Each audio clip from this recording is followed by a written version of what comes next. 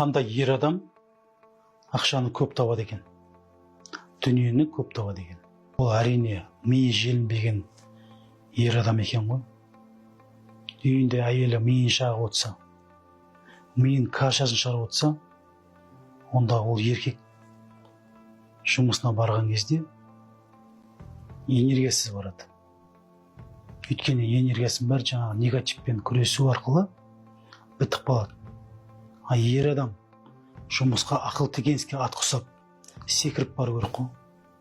Үйде әйел адамның қолдауы мықты болу керек.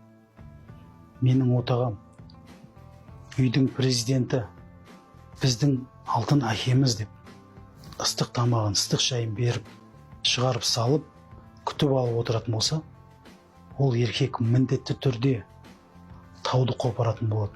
Біз саған сенеміз, сен мықтысың, успешныйсың, менің дүние таққышы менің деп күтіп отыратын болса, ол еркек әйелді міндетті түрде бақытты қылуға қолынан бары келгенше әрекет жасайтын болады. Сол үшін әр мықты еркектің арқасында әйел тұрады дейді. Ол анасы болуы мүмкін, немесе ол сүйікті жары болуы мүмкін.